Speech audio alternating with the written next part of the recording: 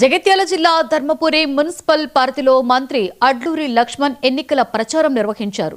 కేసీఆర్ పై ఆగ్రహం వ్యక్తం చేసిన ఆయన ధర్మపురి శ్రీ లక్ష్మీ నరసింహస్వామి ఆలయానికి అభివృద్ధికి 500 కోట్లు ఇస్తానని చెప్పి ఆ మాట తప్పారని మండిపడ్డారు. యాదాద్రిని అభివృద్ధి చేసిన కేసీఆర్ ధర్మపురిని ఎందుకు పట్టించుకోలేదని ప్రశ్నించారు.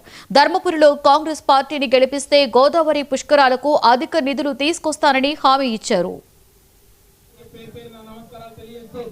అన్నగా రాకంటే ముందే మన ప్రాంతంలోని సమస్యలు వాస్తవంగా చాలా మంది కూడా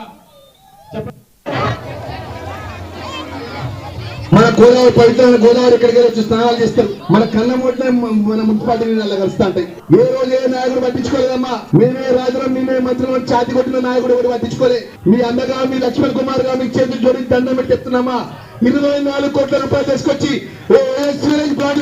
ఏర్పాటు చేసే తీసుకొచ్చిన విషయాన్ని చెప్తున్నా.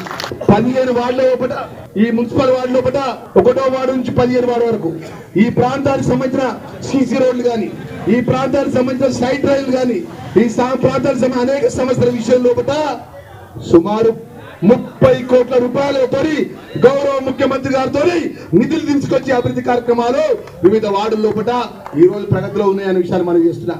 30 కోట్ల రూపాయలు ఈ రోజు ఈ ప్రాంతానికి సంబంధించినటువంటి మా ముద్రాజు కుల బాంధవులు కానీ, మా యొక్క ముందు కుల బాంధవులు కానీ, మా యాదవ్ కుల బాంధవులు కానీ, మా గౌడ కుల బాంధవులు కానీ, అదేవిధంగా మా యొక్క పద్మశాలి కుల బాంధవులు కానీ, మా మాదిగ కుల బాంధవులు కానీ, మా మాల కుల బాంధవులు కానీ సుమారు 8 కుల సంఘాలు ఉన్నాయమ్మా.